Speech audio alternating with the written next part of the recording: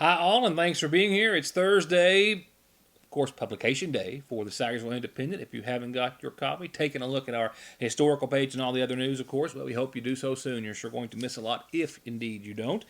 We, of course, are happy to have you with us tonight where we're talking about other headlines, including Johnson County indictments returned just yesterday, which include indictments returned for several Sagersville people as well. One for nearly running over a police officer. A Johnson County hemp store owner is in jail facing indictment charges this evening. I have another report out of Johnson County, a woman charged with human trafficking for selling women for $75 to men. We also have coverage of this week's McGoffin County Fiscal Court meeting. An updated weather forecast, which is not that updated, so to speak. We will talk about, of course, the continued above average temperatures, which have dipped just a bit for a few days to a degree or two. That's really about it. A lot of clouds out there today. Sure looked like it was going to rain. Maybe it did somewhere. I just did not see any of it at all. Maybe a drop or two. Not enough, of course, to measure. We're still talking about the continued dry conditions and burn bans still very well in effect, so keep that in mind. We'll go ahead and pick up tonight's show, or begin tonight's show, with indeed indictments coming out of Johnson County. Several people indicted, several from Sagersville as well. Distribution of fentanyl, trafficking in meth and other drugs, theft, and a long list of charges. 31-year-old Kenneth Cantrell of Mealy was indicted for assault in the third degree of a police officer, that officer being Zach Mitchell of the Paintsville PD, terroristic threatening for threatening a Paintsville woman, criminal trespassing for entering a residence in Paintsville where that woman was or was to be, and public intoxication, as well as damaging property owned by the police department in excess of $500. For that, he was indicted on criminal mischief in the second degree. Altogether, criminal trespass, criminal mischief, public intoxication, assault in the third, and terroristic threatening.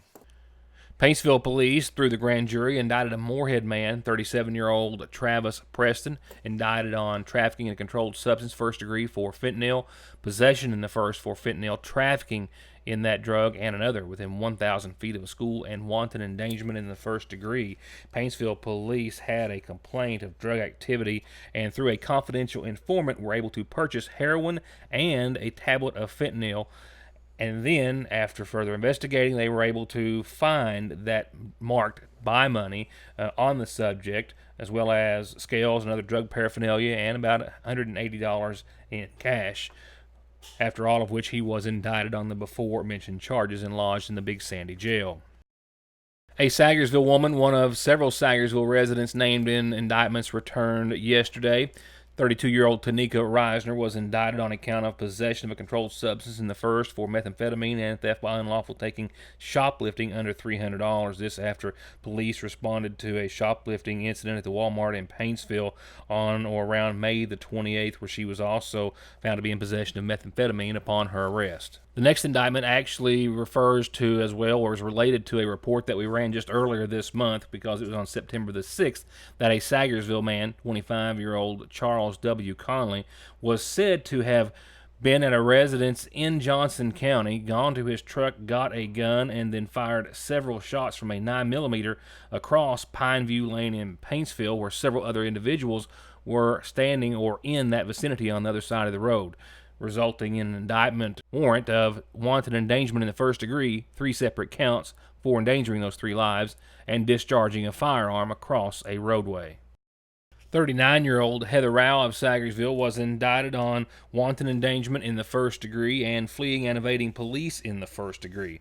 These charges go back to an incident that took place this past July on the 16th in Paintsville at the Paintsville Walmart. It was there in which Paintsville police said that they were in the presence of a vehicle parked in the fire lane. They were actually there as well, executing an arrest warrant on a man that was possibly with Rao, who she was waiting on outside. Her vehicle was parked in the fire lane, and after police took him into custody, the other individual, they realized she didn't have a valid operator's license, which meant she couldn't remove the vehicle herself from the fire lane, and they were going to have it towed, to which she objected, to put it mildly. She started to complain to the Paintsville police chief about having her car towed, and then just jumped in it and took off and nearly ran over Chief Rowe in the process. process. Another officer chased the vehicle on foot and then jumped into Rose's patrol car and then followed her, giving chase to the Marathon gas station on Route 321, blocking the vehicle in, but she still tried to get back in the vehicle and was tased in the process, and after she continued to struggle, was finally taken to the Big Sandy jail. And the owner of 606 Hemp, a business in Paintsville on Main Street that retails in hemp-related products and CBD oils, has been indicted for unlicensed trafficking in hemp. Actually, two separate counts: unlicensed trafficking in hemp over 8 ounces and unlicensed trafficking in hemp under 8 ounces. The indictment reads that on or around the 5th day of June and before the finding of the information contained in the indictment, Daniels committed the offense of unlicensed trafficking in hemp when he was in possession of more than 8 ounces of industrial hemp for the purpose of sale without having a valid Kentucky hemp license, and that he also committed the offense of unlicensed trafficking in less than 8 ounces when he directed Ashley Daniels to sell, as a course of his business, hemp as well without having a valid hemp license. He was taken to jail earlier this afternoon.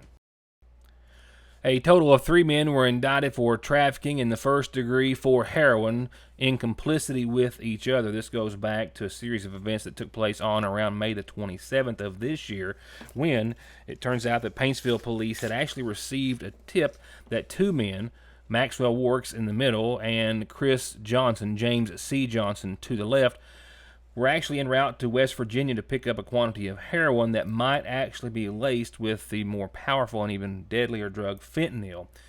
After they returned to Johnson County, Paintsville police set up a controlled buy with a confidential informant and purchased drugs from both Works and Johnson. Those drugs turned out or tested positive for heroin, and that led to a search warrant at a residence in Staffordsville just hours later. Once there, officers found Maxwell Works when they arrived, as well as a female and 2 small children around the age of 4 to 6. Police searched that residence with that warrant and found a quantity of methamphetamine in one of the bedrooms and arrested Works. And while they were continuing their investigation at that residence, 2 other men showed up, that being Johnson and Castle, with police finding a quantity of heroin on both of those men. Again, all 3 of which indicted for trafficking in the first degree for heroin, while Castle was additionally indicted for being in possession of a controlled substance, that being the methamphetamine in the bedroom that he claimed was his. Also named in those indictments, Matthew Newsom of Lenoir, West Virginia, for theft by unlawful taking, for taking a welder from the Paintsville Lowe's. He didn't just take it, he did pay for it. However, he switched the barcode, and what was originally to be a $709 purchase, he made a $189.92 purchase and was discovered, and of course now has been indicted by police. Arthur E. Salyers of Fialka, indicted for possession of a controlled substance, possession of paraphernalia, improper equipment, and failure to wear seatbelts. The possession stems from methamphetamine, glass pipe, and other items, we do believe. Rebecca Brown of Hager Hill, indicted for bail jumping in the first degree. Several other bail jumping indictments as well. One returned for Christopher Davis of Keaton, Kentucky. For Christopher Davis of Keaton, Kentucky. James Stalker of Salyersville was indicted for bail jumping in the first degree as well, as was Jamie Curtis of Flat Gap, also being a persistent felony offender in the second degree. I'll be right back. We have finally done it. After years and years of extensive testing, we not only invented the chicken sandwich, we have perfected the chicken sandwich. Come and try it and love it with a big, famous dipped breast strip, pickles and mayonnaise, or however you like it fixed. And if you like, make it a double. Just make your way to Lee's to get it, and grab a cookie while you're there. At your Salyersville Lee's famous recipe, where even our ice is famous. SSI and disability cases are harder to win these days. You need all the help you can get. If the government has turned you down, I will not. Many factors are considered when a claim is being processed, like your age, education, physical, and mental disabling conditions. When it comes time to winning your disability case, you should not face a federal judge alone. You need an attorney who is experienced, determined, hardworking, knowledgeable, and dedicated to helping you win benefits that you deserve. If you need help with your SSI or disability case, call me, Donald Wayne McFarland, and let me go to work for you.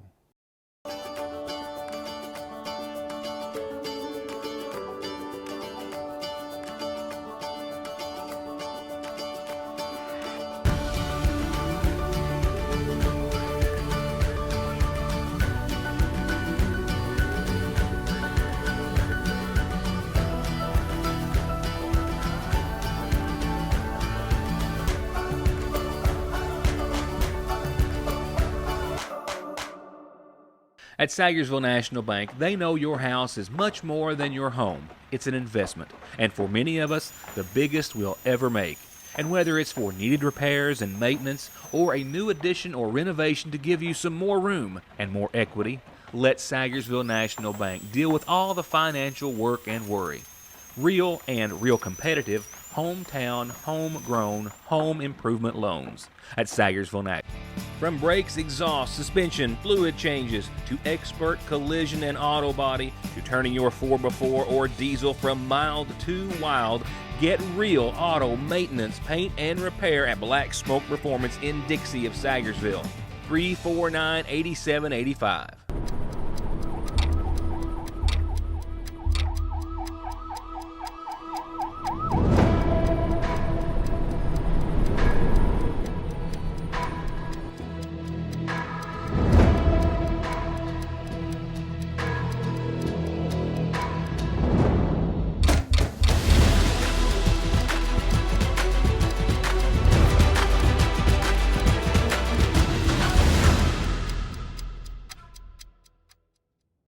Up next, coverage of this week's regular session of the Magoffin County Fiscal Court, which will cover discussion on the topic of roads, some clarification in regards to the honor or memorial marked bridges and roads, a new road coming into the Magoffin County system, tax rates set by the county on motor vehicles and watercrafts, and then other tax districts as well, also approved, that being the soil conservation, schools, library, and the like. Some serious updates still ongoing at the community center, with an update from the deputy judge on several ongoing projects as well. Some of the earliest discussion came from Deputy Judge Executive Kevin Howard. Updates on several ongoing projects. The community center walls continue to be painted, lights being converted to LED, drop ceiling panels being replaced, the DAV quarters to be getting the same attention, which will complete that project. They're also meeting with companies on the gymnasium floor in the coming days to see about resurfacing it. They also have guest Wi-Fi that's been installed for those who are utilizing the community center for reunions and other events. In the Justice Center, some bad news. A drain that got stopped up flooded the prisoner holding cell and the prisoner elevator. Damages to that elevator estimated at $14,000, which they hope insurance will cover. At the Battlefield Park on Route 7, the architect has sent in building, construction, and plumbing permits and plans to the state for approval. Then they will be bidding that project or projects out very soon. And they're working on getting electric and other lights to the shelters very soon. While the Lummi-Lemaster Bridge has had 18 inches of concrete poured for new decks, it will be completed and ready for traffic on October the 1st. And on the subject of bridges and roads, those being used to honor many of our veterans, the judge reminded everyone that in doing so does not change the name of a road or a bridge or someone's address. It is a memorial or an honor designated at those areas with those bridges or roads to maintain their original county name or designation. And he also noted that the county will be assuming a new road related to the Restaurant Row project. Consider approve a resolution for maintenance and or ownership of roadway segments affected by the reconstruction of US 460 and associated roadways. This is the frontage road in front of the high school. Where the city limits end, it's now going to be a county road in front of the high school. So we'll be responsible for maintaining and upkeep of that part of the road, and it'll be a new county road. And they will make an effort to name that new county road next meeting after discussing potential names with the school superintendent and high school principal. They then unanimously voted to approve the motor vehicle tax rate at 16.3 cents per $100 of valuation, the same rate it has been here in McGoffin County since 1983. They also accepted all the other tax rates which are set in their respective districts. Extension Service, Health Department, Library, Soil and Water Conservation, the school district, all essentially unchanged, or sometimes taking a compensating rate, which none of which appear to exceed more than a cent. The only change really being to the soil water conservation, which increased 1/10 of a cent, and the school district, which increased by about a cent. On the subject of audits, as I referred to just briefly yesterday, McGoffin County Judge Executive Matt Wireman suggested or recommended that they hire an auditing firm, a CPA, to do audits for the fiscal court at $27,000 per year. That's for a $4 million budget. Noting that he hopes that will keep costs down for the fiscal court, as he also announced to the audience that he had just received the audit for the McGoffin County Sheriff's Department, noting a total possibly approaching $500,000 with the rest of the audits which are set to come in the coming days. Adding that one audit, for example, for a $500,000 fee account was more than $60,000 in cost to the fiscal court. Also, we'll have an auditor lined up for the next 3 years, and we'll know exactly what it costs every year. The audit will be, their proposal is $27,000 a year. And we know the state auditor, they bill, and just prior to walking into this meeting, we got the audit bills for the taxes and fees for the Sheriff's Department. And 1 year alone was $61,000. We've got a total of $334,179 worth of bills that we're going to have to pay the state auditor. So we'll be dealing with that, I think, at another meeting, and we'll work on trying to get a payment plan or something of that nature, because we can't afford that. And lastly, in both financial and garbage collection matters, the fiscal court and judge went into executive session to discuss the renewal of the Rumpke contract as to whether or not they will do that, renew the contract, or bid out the service. They came back into the meeting after executive session with a motion to renew, failing or dying for lack of a second. Do I have a motion on the renewal? All right. Do I have a motion on putting garbage collection up for bid? I'll make a motion. All right, I have a motion. Is there a second? I'll second. Motion been made and seconded. Any further discussion? All those in favor signify by saying aye. Aye. Aye. Those opposed, no. Motion carries. Another headline is a charge or charges of human trafficking coming out of Johnson County. A woman arrested for trafficking other women for $75 to men. I'll have that in just a few seconds. Right now, a community calendar that actually starts with an anniversary and a birthday. We'll begin with a happy anniversary wish tonight. This is a big one. 50 years in the making. Happy 50th anniversary to Sherry and Marvin Watson, with a lot of congratulations and love from Leanne and Bill, Holly and Will, Margie and Neil. You ever notice how that rhymes?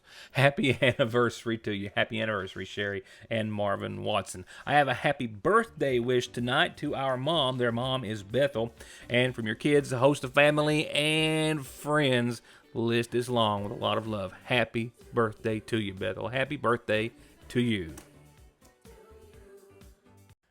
And just a couple of reminders. The 36th Annual Homecoming and Old-Fashioned Day at the Sagersville Pentecostal Church, ongoing nightly through Saturday at 7, Sunday services at 11, special anointed preaching each and every night. And coming up not this weekend, but the next, September the 28th, the annual Hog Roast, Soup Bean Dinner and Auction hosted by the North McGoffin Fire Department. They'll have the entertainment starting at noon, as well as the dinner, the auction starting at 2, with all sorts of great items. Dinners are $6 a piece. Kids 12 and under eat for free. It's a wonderful cause, one of the biggest fundraisers of the year. So come out and bring the family and a chair for a fun day and support your local fire department, the North McGoffin Fire Department, Saturday the 28th, beginning at noon. And just a quick reminder, you know how it works. If you have an announcement you need on our community calendar, it's free. You just have to use one of these ways to get it to me. Going on to funeral service announcements for this Thursday. arrangements are still being made tonight in the honor of 18-year-old Lindsay Page Trusty, of course, passed away yesterday morning in that terribly tragic auto accident. The Sagersville Funeral Home is in charge of arrangements. Those services are being made by the family and to be announced very soon by, once again, the Sagersville Funeral Home. Will have them just as soon as they are made available.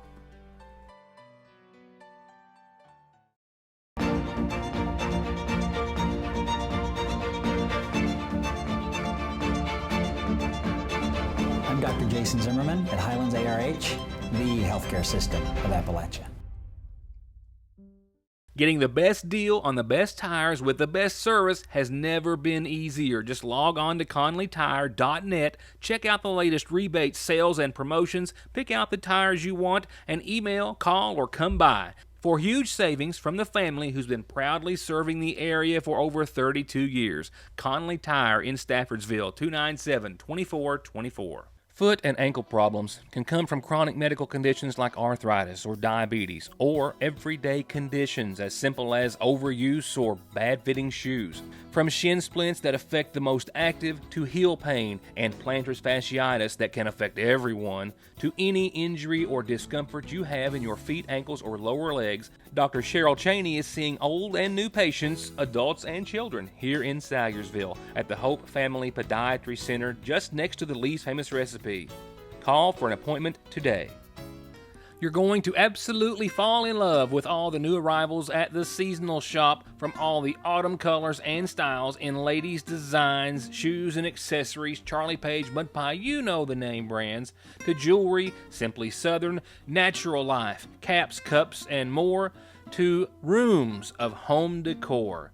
And all you'll need to decorate for the fall and Halloween seasons, plus everything from coffees to candles. But hurry, because everything Christmas is already arriving daily and will be out soon, and fall will be gone before you know it.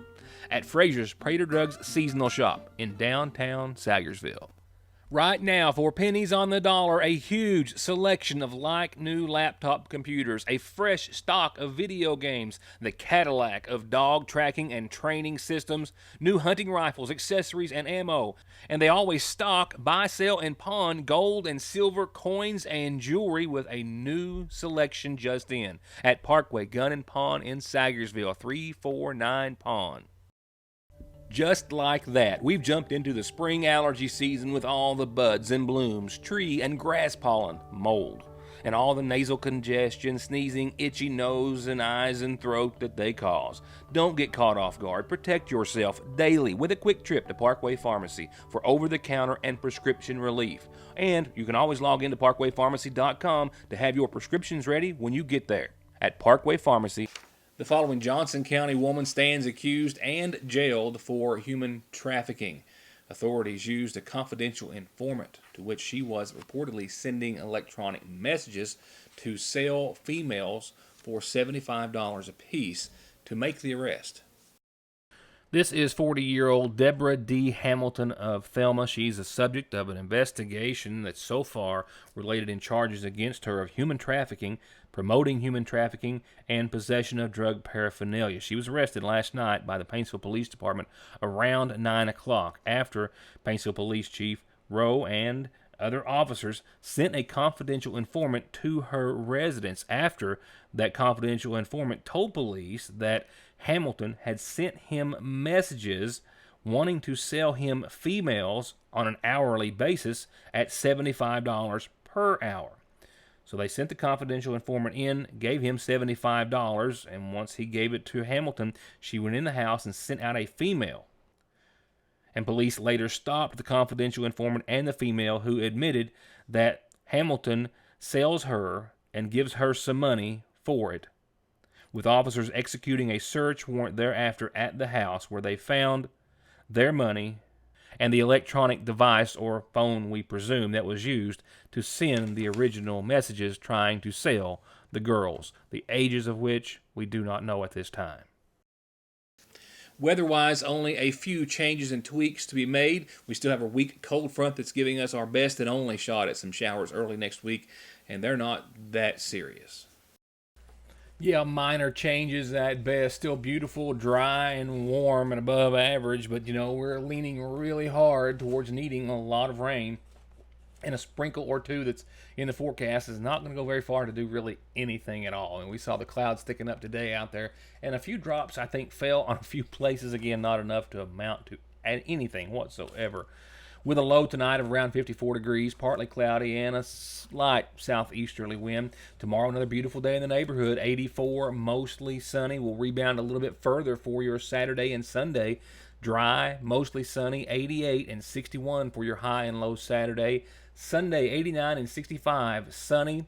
Now, there is a 20% chance of showers. We're talking like 2, 3 in the a.m. on your Monday, so nothing really throughout the rest of your week and your weekend. Temperatures will rebound as well, like I said, for Saturday and Sunday. The only thing you need to add to that entire forecast in front of you is a little fog, late at night, early morning fog that we'll see pretty much bookending each and every day. Rolling on into next week, those shower chances do stick around for the rest of your Monday after around 2 a.m. to the tune of 30%. That weak cold front's going to give us a weak chance at some isolated or scattered showers at best right now. And that's the only thing we've got in the forecast as far as precipitation is concerned. Temperatures will go back down to closer to where they're supposed to be at least. Monday 80, partly sunny. The shower chances will stick around through mid-late afternoon, I think, and they'll be gone. Tuesday, 80 and mostly sunny. Wednesday, mostly sunny and 82. Thursday, 83 and mostly sunny and dry throughout the entire forecast period to that point, with no real sign of any real precipitation on the horizon.